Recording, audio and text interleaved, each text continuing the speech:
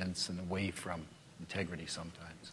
I think that's indicative of a lot of our cultures around the world as well, that it's quite, I think, easy to immediately elevate people of charisma. We're a media-driven world, and so people who have particular gifts, especially charismatic type gifts, who can elevate themselves, we tend to elevate them very quickly. And many times those people are devoid of the character of Christ that we really desire them to have. And boy, things can implode rather quickly around us when that happens. Actually, it's quite interesting. If you remember David, when he was pulled out into leadership, he had a ruddy face, ruddy complexion. He was working in the fields. And I think there's also that element of looking for that person who hasn't got it yet, but has got it in them. That's and David had that heart, didn't he, which God could use. And so many things to consider, aren't there? That that sort of pristine person, in a way, who perhaps has still got so many parts of his or her character to develop, which we need to keep an eye out for. Yeah, it's like David said to Samuel, I'm not looking at the outward appearance. That's what everybody else is looking at. One of the special characteristic I find in David is that his life is an open book.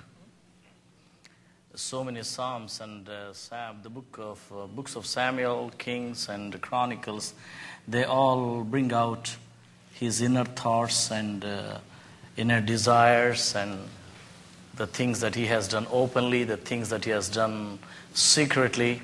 It's very much an open book. So this is something that we want our people in the leadership to know, that our life has to be an open book. And there is nothing secretive in the mission that we carry on. And so we encourage the volunteers and the leaders in the board as well as in the staff to be an open book. For me, I think the leaders also need to take the example of David, because David takes corrections. Some of us in the leadership, when we are given the opportunity to lead, once we go wrong, we don't even want to be corrected at all. Yes, because I think when we have gone astray somewhere or we've done something wrong somehow, and a brother or a sister comes in love and says that, I see this is not the right way to do this.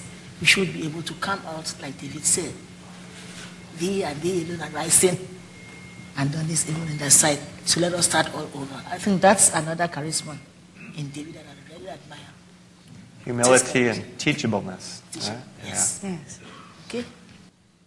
Great. The relationship between the board and the frontline ministry, I'm going to start this question with you, Ralph. Okay. What efforts have been effective in building a working relationship between the board and the frontline ministry in terms of staff and volunteers?